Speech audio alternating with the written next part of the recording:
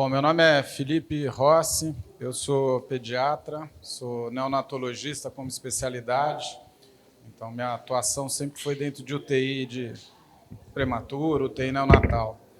E como pediatra eu cuidei de alguns filhos de presentes aqui, e, enfim, a minha área não é estudar poluição, não é estudar impacto ambiental, mas conversando com a Renata um dia, eu falei para ela que se ela tinha ideia da monta que a poluição causa em termos de impacto de saúde, de risco de vida, e ela não sabia, e ela achou interessante, aí ela pediu para eu botar essa meia hoje aqui e subir aqui no palco.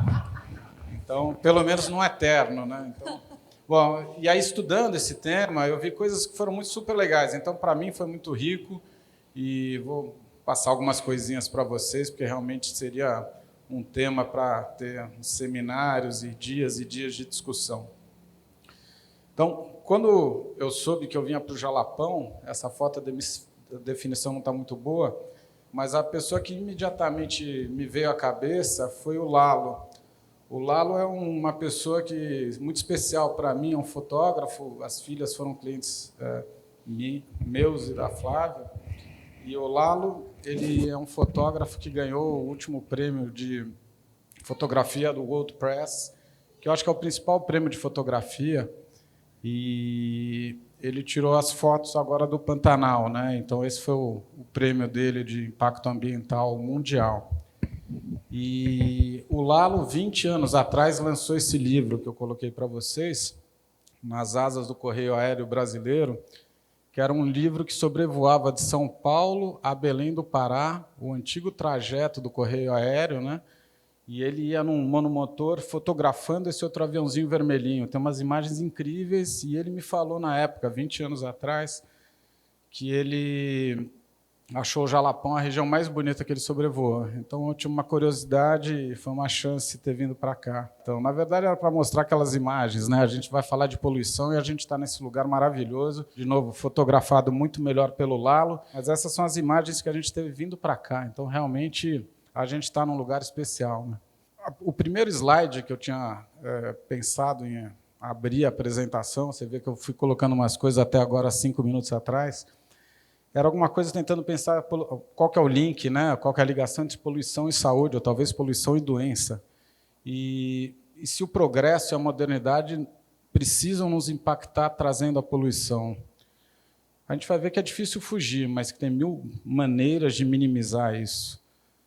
E um artigo que depois vocês tiverem paciência e curiosidade, porque não é um artigo exclusivamente para médico, eu diria longe disso. É um artigo que foi lançado aqui em 2018 pela Lancet, né, que é uma revista médica muito reconhecida. Então, um painel de experts falando sobre os impactos de poluição, as mais variadas formas de poluição sobre a saúde, ou, de novo, sobre a doença. E, rapidamente, então, a poluição ambiental é atualmente a principal causa de doenças e de morte precoce no mundo. Mas esse artigo é de 2018, mas vocês vão comparar daqui a pouco o que o corona fez e o que a poluição faz. A poluição está intimamente ligada ao aquecimento global, perda de biodiversidade, acidificação dos oceanos, desertificação, contaminação das fontes de água, né? A gente está numa região aqui que a gente está vendo que a água do rio a gente pode beber, às vezes não, né? Com certeza. A poluição é uma real ameaça à estabilidade do planeta e manutenção das nossas sociedades humanas, né? A gente teve a Revolução Industrial, o uso do carvão, crescimento da população, da longevidade, tudo, mas hoje em dia a nossa sociedade está ameaçada pela poluição. Então,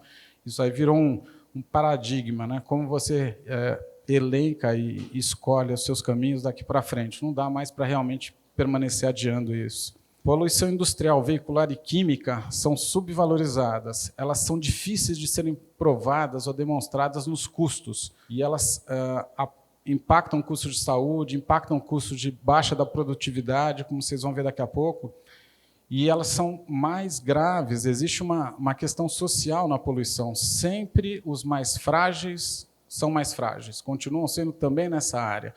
Então, os países em desenvolvimento, subdesenvolvidos, o termo que a gente queira usar, são mais afetados e suas populações mais afetadas do que os países desenvolvidos. E a população tem um custo. Ela reduz o PIB em até 2% ao ano nos países de low income, né, de subdesenvolvidos. Esses custos se diluem, de novo, nas perdas de produtividade, custos em saúde e nos danos ao ecossistema.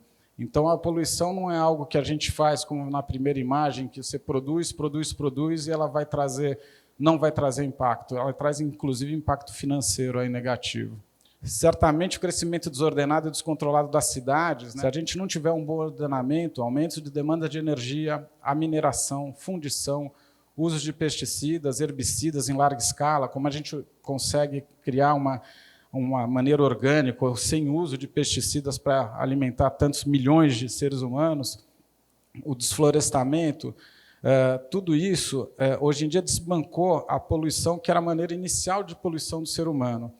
Ontem, inclusive, eu queria ter feito uma foto, mas o TV passava muito rápido, mas tinha uma casinha no caminho lá da Cachoeira da Formiga, que de manhãzinha, a gente foi para lá às 6h30, 7 da manhã, estava uma casinha dessas meio de barro, fazendo uma fumaça lá dentro, que eu acho que eles estavam cozinhando, não sei qual era a função. Essa era a principal maneira das pessoas se contaminarem antigamente, era a poluição dentro de casa. E o que acontecia? A outra maneira, isso aí era a questão do ar. E a parte da água era contaminada pela falta de saneamento de esgoto, né? Agora, quando a gente tinha algumas pessoas morando no mundo, como a gente tem aqui, numa área grande, esse impacto é pequeno. Quando você adensa a população e você não cria condições de que isso seja tratado de uma maneira adequada, você perde a mão, que é o que a gente conhece de onde quase todos nós vimos para cá, né? E isso, de novo, sempre é mais prevalente em países de subdesenvolvidos. Hoje a gente tem muito mais informação sobre poluição, era um tema que talvez fosse pouco escrito pouco tempo atrás. A gente tem as imagens de satélite, a gente tem informação, vocês vão ver dados que eu peguei hoje, você pega online, várias coisas estão disponíveis, você tem melhoras das análises químicas, você consegue triar melhor o que está causando doença na água, no que for. E essa é uma foto que foi, eu acho que da semana passada, ou retrasada, então, falando da informação, isso é uma foto da Folha, mostrando as cicatrizes de fogo no Brasil dos últimos anos. A gente sabe que, onde a gente está, nesse triângulo aqui, a gente está numa região propensa à queimada, até naturalmente, pela região do Cerrado. Mas a gente sabe que esse não é o único motivo das queimadas, e a gente sabe que isso impacta no aquecimento global e, de novo, na saúde de todos nós. Essas são imagens de ontem. Ontem a gente foi ver o fim de tarde, e hoje eu estava comentando com a Alfaia como estava mais bonita amanhã. Ontem não estava tão bonito. Por que não está tão bonito? Porque a gente tem muito material particulado, mesmo aqui, nessa região maravilhosa. E isso vem do fogo. E o fogo, de novo, ele pode não ser todas as vezes causado pelo ser humano, mas com frequência ele é. Então, isso tudo a gente estava inalando ontem, e seguramente não é o melhor para a gente fazer.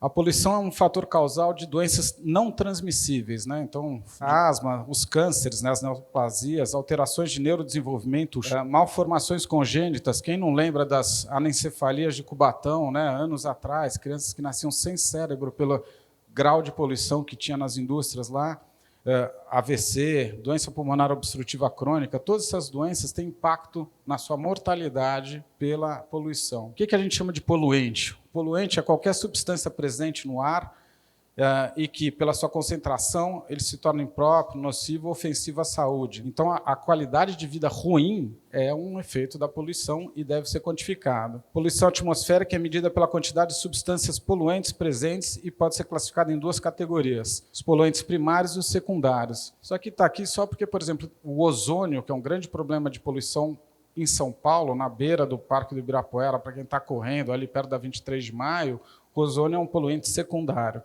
Aí eu não vou entrar nisso, porque tem um monte de informação, mas é para vocês verem vários nomes dos gases que podem ser nocivos, monóxido, nitrogênio, óxido de enxofre, enfim. Também vamos ser rápido aqui, mas você vai determinar ou classificar esses diferentes poluentes, se eles são partículas em suspensão, se eles têm mais ou menos que 10 micrômetros de tamanho, porque isso vai impactar até onde vai chegar o poluente, se ele fica parado na via aérea superior, se ele chega até os alvéolos. A fumaça em si é o que faz mais fuligem do que a poluição danosa. A hora que eu entrei, tinha essa notícia hoje dando de bandeja para mim. A cidade de São Paulo registra nível péssimo da qualidade do ar pela primeira vez nos últimos quase 30 anos, 25 anos. Então, hoje de manhã, entrei no site da CETESB e peguei essa informação. A qualidade do ar hoje na cidade estava muito ruim, está tendo uma queimada, na área lá do Juqueri, e essa fumaça que veio da queimada ajudou a piorar ainda mais e tornar péssima a qualidade do ar na região de Perus. E a gente vê que o índice de poluente, MP2,5, ou seja, essas partículas pequenas, estava num índice péssimo, muito alto,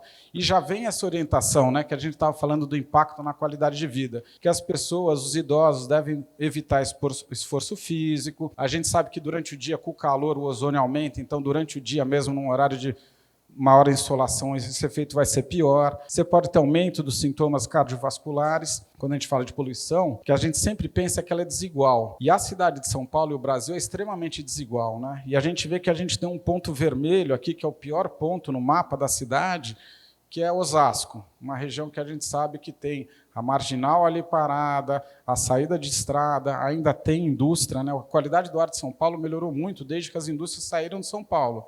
Só que São Paulo expandiu esse problema para outros lugares. Enquanto você tem, de novo, um adensamento baixo, uma condição para a dispersão de poluente melhor, o impacto é menor.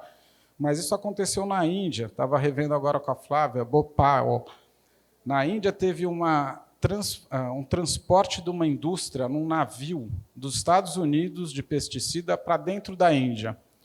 E teve uma explosão dessa indústria na Índia. Ou seja, quem morreu foram os indianos que receberam uma indústria americana que produzia para vender nos Estados Unidos. E a poluição tem sempre isso. Quem está marginalizado está mais sujeito. Vamos passar rápido, enfim, o ozônio, só que eu citei, que é um problema muito grande em São Paulo, o diesel, com os derivados de enxofre, o monóxido de carbono, que a gente sabe bem que sempre é citado quando fala das energias elétricas para transporte de automotivo, e aí vão várias coisas, o chumbo, que foi um problema enorme em pediatria, o Trosser, que foi um mentor nosso em várias áreas, pediatra, a tese dele era com chumbo, antigamente você pintava as paredes com chumbo estava dentro da gasolina, e vocês vão ver o que aconteceu na qualidade de vida do ser humano com a redução do chumbo. Esse é um artigo super recente, médico, publicado pela Thaís. A Thaís é uma pessoa próxima a nós, ela é patologista lá na USP. Foi a primeira vez que eles mostraram microplásticos. Então, além daquilo tudo que eu falei, tem partícula de plástico voando no ar, e o que eles demonstraram é que esses microplásticos foram aspirados por nós. Então, além de todos os gases poluentes que a gente sabe, a gente está aspirando plástico. O polipropileno, propileno, acho que tem um PVC aqui, polivinilclorido, imagino que seja PVC. Tudo isso está voando em São Paulo e a gente está aspirando. Isso a gente não sabe o real impacto ainda, mas está no nosso pulmão. Isso sou eu ontem, não sei se a foto está clara, mas ontem eu fui no UTV de trás e o Rodolfo, eu já estou cobrando a ele o meu dano pulmonar, porque, de novo, alguma coisa eu inalei. O Marcelo fez a descrição perfeita. Quando a gente for ser autopsiado, o nosso pulmão vira um tijolo. A umidade do ar, a gente está na época da inversão térmica, e isso deve estar acontecendo em São Paulo hoje, para o ar estar tão ruim com os nossos familiares respirando aquilo lá. Então, vamos voltar um pouquinho para esse artigo do Lancet. A poluição é uma consequência inevitável do desenvolvimento econômico? Não é. Cada $1 que você investe em controle da poluição gera uma economia média de $30. Isso vem em ganho de produtividade da população e redução de custo de saúde. Esse é um gráfico que vem dessa Clean Air Act, feito nos Estados Unidos na década de 70, nos anos 70, em que mostra que se tem aumento do PIB em 250% de lá para cá, com uma redução dessas emissões consideradas como eram os poluentes principais da época. Então, o país conseguiu crescer mesmo controlando a poluição. A retirada do chumbo, que eu estava citando para vocês na gasolina, a concentração de chumbo no sangue caiu vertiginosamente com essa retirada, e, com isso, você teve um ganho de produtividade, diminuição de uma série de questões. Para a criança, para neurodesenvolvimento, o chumbo era um problema gravíssimo. E isso, no Brasil, é minimizado também, não é um problema. E aí, de novo, o que o Silvio não queria, mas aqui, olha, o coronavírus matou, isso é dado de hoje, 25, foi na madrugada, 4.500.000 pessoas no mundo. Faz um ano e meio que a gente está preso dentro de casa, a gente vai ver o que isso repercute em termos de poluição também, mas tudo isso que a gente está vivendo matou, e é um monte de gente, uma situação tristíssima, não quero minimizar, mas 4.500.000 pessoas. A poluição mata por ano perto de 9 a 8,5, depende se a fonte é a Organização Mundial da Saúde ou esse grupo de estudo, e a principal causa de morte ligada à poluição é o ar. Mas a gente tem a água, a saúde, asbesto, quem lembra das telhas de asbesto, isso aí dava uma doença pulmonar gravíssima, saiu, mas o asbesto ainda é exportado para países pobres, os resíduos de asbesto, como os restos de computadores, como várias substâncias tóxicas que são desprezadas no cantinho. E aqui as contaminações de solo. Nesse artigo cita, por exemplo, agora a Guerra do Kosovo. Alguns dos refugiados do Kosovo que foram para a Itália e outros que foram para a Armênia foram colocados em áreas de campos que tinha solo contaminado. Quem lembra do Césio, aqui perto, né, em Goiás, anos atrás, um descarte errado, uma situação carcinogênica a céu aberto. E, de novo, quem foi brincar lá provavelmente não foi o filho do menino da escola particular de Goiás, mas o menino que estava com acesso a um terreno baldio e sem muito noção do que estava fazendo.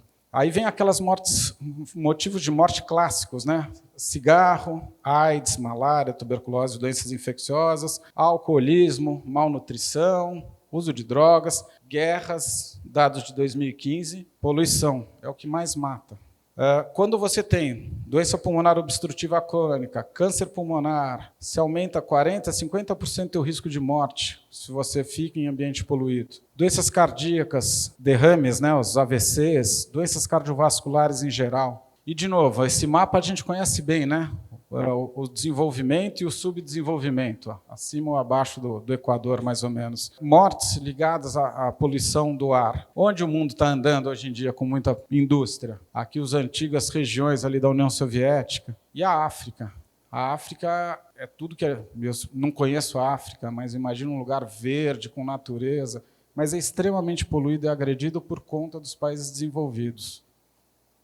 Seja em qualquer região do mundo, países de baixo ou de alto poder aquisitivo, de PIBs altos, o ar é o que mais polui. Mas você vê que isso pode variar um pouquinho. E a água, na nossa situação do Brasil, é muito importante. Estando num lugar onde a água é tão abundante, conhecendo o Rio Pinheiros e o Rio Tietê, eu acho que a gente tem que pensar, de novo, como a gente impacta um lugar desses para que a gente não degrade com a chegada do homem. Esse é eu não sei se vocês conhecem esse fato, eu acho que isso eu tive na faculdade algum dia, porque, de novo, eu nunca estudei poluição até uns 30 dias atrás. E em São Paulo tem pessoas incríveis, tem o Paulo Saldiva, que vai aparecer daqui a pouco, a própria Thaís, tem um laboratório de poluição na USP, que é uma coisa maravilhosa. Esse foi um fato que ocorreu no inverno londrino, talvez final do outono, início do inverno londrino, em que o fog virou smog. Essa é uma foto da época, então isso aqui tem 70 anos. O que aconteceu nesse dia é que uma condição climática parou de ventar em Londres e com uma inversão térmica, né? O fog ficou marrom amarelado, misturado com as fumaças das fábricas, chaminés e automóveis. O que se usava como fonte de energia no inverno, no frio da Europa? Carvão. E há pouco tempo... está aqui.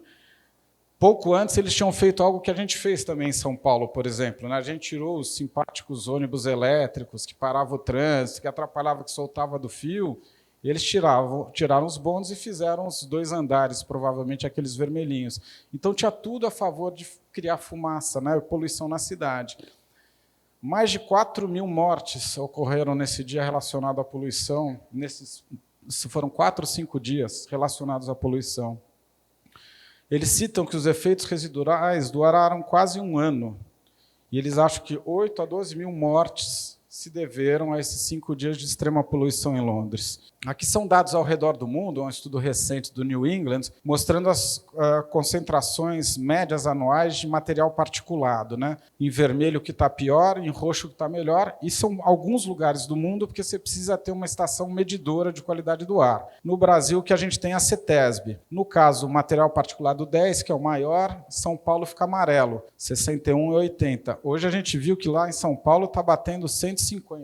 Quer dizer, estava 148 quando eu saí de casa está valendo, mas eu não mudei, já estava 150, já está no laranja. E olha lá. O problema da China não é um problema da China. Venta muito da China para a Califórnia. Dias poluídos na China, vai variar do poluente, você tem de 2% a 12% dos poluentes da Califórnia vindos da China. O Paulo Saldiva, eu lembro numa aula que assisti dele, em São Paulo, a gente respira ar, agora diminuiu, mas na cidade de São Paulo a gente respirava ar de queimada de Ribeirão Preto e região. Então, isso transporta, não é um problema local, deixa que eles se viram. Isso tem importância para eles e para todo mundo. Aqui um material menor, 2,5, mas continua lá, né? São Paulo some. Quem que está ruim? O Chile, né? Que é um lugar que a gente sabe todo o efeito de inversão térmica de Santiago, um dos países pioneiros no rodízio veicular, né? Cidade do México. E aí, de novo, resumidamente, que é um monte de número, o Brasil está aqui, mas aqui a conta final é que 0,4% a 0,5% de aumento de mortalidade quando você tem realmente uma poluição mais pesada com esse material particulado menor que 2,5%. Então, tem impacto na nossa vida, na qualidade e em custo.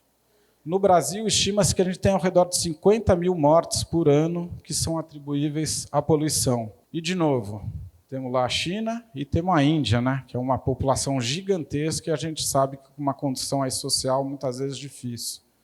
Isso é Amazônia. 2019, queimada, internações por doenças respiratórias, explodem, está queimando. A gente sabe que está queimando. Como já foi citado ontem, a gente está vendo períodos bem difíceis, né, trevas. A gente precisa mudar isso. Concentração média, Amazônia, né, lugar de ar puro. Concentração média da material particulado fino em agosto, acima das recomendações da Organização Mundial da Saúde. Cara, isso é a Amazônia.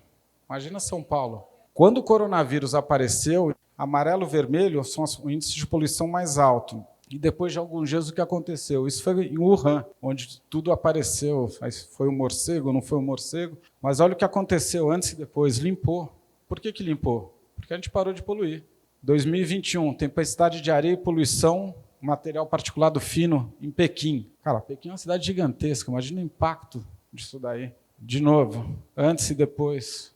Aqui é nitrogênio, né? Mas também poluição atmosférica. Ó, as fotos. Aí temos São Paulo e o Rio também. Só que o Rio é uma cidade maravilhosa, não é, Marcos? O Rio não tem poluição, tem um pouco de água poluída hoje em dia lá, né? Como tinha na Praia do Tombo, onde mora o Paulo, tinha o Bostrô, a melhor onda de esquerda do Guarujá lá, era o Bostrô, não precisa dizer o porquê.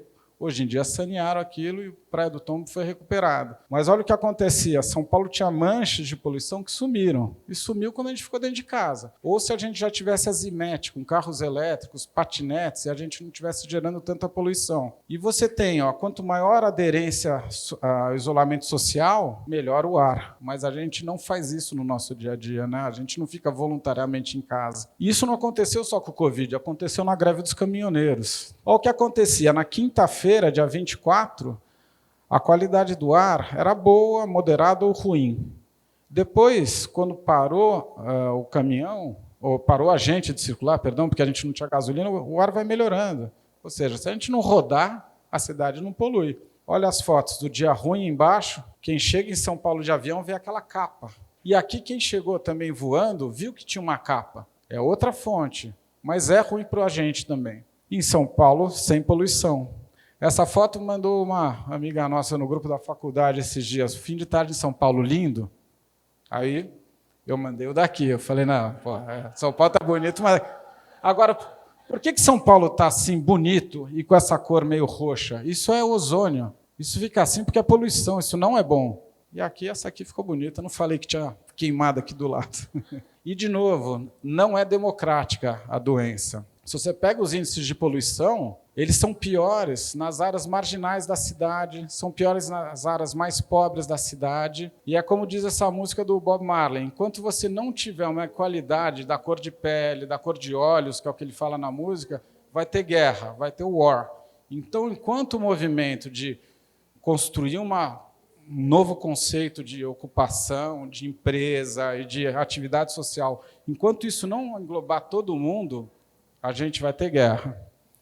Isso, então, isso é de hoje. Onde está muito ruim? Osasco. Não é a melhor região. Vários de nós não moramos em Osasco. A gente mora no Ibirapuera, que não está tão ruim, não está bom também. Não necessariamente, mas, de novo, isso não é democrático, não atinge igual todo mundo. Efeito da poluição do ar em crianças e adolescentes em São Paulo. Aí é o Paulo Saldiva, que eu falei para vocês. O Saldiva ele é comentarista do Jornal da Cultura, não lembro exatamente o dia. Ele é um cara muito inteligente. E ele já há muitos anos mostrou isso. Sobe material particulado 10, sobe monóxido de carbono, todos os grupos pediátricos têm efeito na sua saúde, principalmente os menores, né? A gente pediatra, a gente sabe bem, aquele nariz coçando, tosse que não para, e a criança que às vezes vai para o hospital mesmo. A gente sabe que o exercício é o melhor jeito da gente viver melhor, né? Não farmacológico. 3 a 5 dias por semana, exercícios aeróbicos. Você tem vários ganhos em termos de hipertensão, colesterol, obesidade. Agora, se você trabalha ou se você frequenta para fazer teu esporte uma cidade suja ou uma cidade limpa, isso é igual? Isso não é igual. Na cidade limpa, você tem sempre um ganho com o aumento do exercício. Na cidade suja, você começa a ter pontos em que aumentar a tua atividade física piora a sua qualidade de vida. Esse é um trabalho também do grupo aí do Paulo Saldiva, do Pepino, né? Eles pegaram alguns residentes lá no HC, saudáveis, eles fizeram uma casinha, você tinha um lugar em que a pessoa entrava com o ar normal, tinha uma área que o ar era filtrado e uma área que o ar era poluído. E eles botavam os residentes para fazer exercício, aí aeróbico moderado, e dosavam primeiro no ambiente, né, como é que era a poluição e o ar filtrado, né, aqueles materiais que a gente viu que são tóxicos, tinham concentrações estatisticamente diferentes, e aí ele vê interleucinas, marcadores inflamatórios que são piores nesse grupo que estava em ambiente poluído. E mais do que isso, como é que se comportou a pressão arterial dessas pessoas saudáveis? A gente sabe que é pior em quem já tem doença. A pressão arterial aumentou quando você usava o lugar poluído como lugar de exercício físico, ou seja, o teu efeito de ganho sai ao contrário. Essa foto aqui é na Baleia, né? E minha família e a Joana, que foi parte da família, a Renata conhece bem. A Joana está aqui porque a Joana ela nasceu no interior da Bahia, e está lá na Vila Baiana, atrás do Vila Saí, agora o nome, né? Mais de 97% ou 98% do pessoal é originário da Bahia lá. E ela foi uma das primeiras, né? Quando abriu a Rio Santos, o pessoal que foi para a mão de obra lá começou a morar e fez o que acontece no Brasil sempre, né? Que são as ocupações irregulares. E a Joana, então, mora lá um tempão. E a Joana está aqui porque o que ela fala para mim? Ela fala, Joana, isso aqui está velho. Ela fala, então vou jogar no mato. As pessoas jogam no mato, né? Aqui, se a gente jogar no mato, a gente não está vendo. E não está impactando a pessoa porque a gente tem mato. Joga no mato em São Paulo, não tem mais mato. Você joga, de novo, você vai poluir o rio, você vai poluir o vizinho, você vai jogar o Césio onde não deve. Então, a Joana, que é muito querida, ela continua jogando no mato. Mas, hoje em dia, eu acho que ela entendeu um pouco a coisa da reciclagem. E não tem como a gente ter uma sociedade se a gente, hoje em dia, não pensar né, que se diz economia circular, né? Ontem se falou, né? Pouco transporte de energia, pouca perda, produzir, consumir o que é local, reciclar, tentar evitar que novos componentes entrem na rede de produção, na rede econômica, você tentar utilizar da melhor maneira possível, e foi uma das coisas que me fez perguntar para o Rodrigo ontem, né? O que a gente vai fazer com tanta placa solar? O que a gente vai fazer com o impacto que a gente está gerando aqui? Isso foi hoje de manhã também. No café da manhã eu estava ainda meio grilado com essa apresentação aqui. Essa primeira foto tem uns erros, né? Essa toalha de mesa é plástica. Pô, é tão legal quando você não usa o plástico.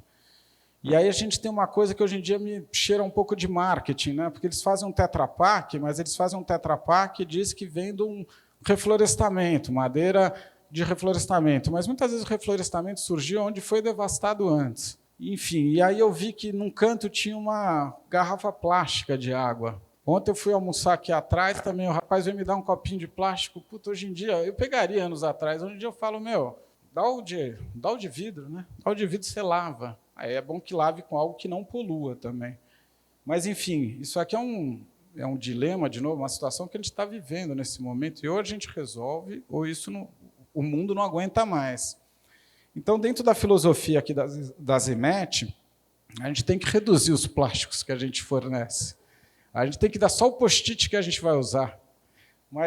E a gente tem que dar fim nas placas solares que a gente vai produzir ou vai instalar. E a gente tem que pensar no impacto que a gente está causando no local que a gente está. Como é que a gente vai reciclar tanto vidro, tanta tampa? A gente vai impactar na fauna local. E o Vavá ontem me levou lá na Cachoeira do Formiga. Como alguns outros lugares, a gente tem uma casinha ali perto. E ontem, caminhando aqui, eu vi que as casas todas têm luz, tem água encanada que a gente vê, mas eu fiquei pensando para onde vai o esgoto. Que na casa da Joana, na Vila Saí, caía no rio Saí, e que daí corria do rio Saí e fez ter bandeira vermelha na Barra do Saí e na Praia da Baleia. E que isso, a gente, enquanto não controlar, não adianta achar que o problema, de novo, é só do menos afortunado. Vai para os afortunados também. E imagina, esse lugar que tem essa água, que você pode beber pura do rio, lá na pousada, hoje de manhã também, já tem uma casa dos filtros. Daqui a pouco a gente não vai ter mais a água do rio se a gente não cuidar e não contaminar, principalmente se vier muita gente tomar cerveja. Essa foto eu não sei por que está aqui. Acho que terminou, era para agradecer e, enfim, deixar a Malu falar um pouquinho.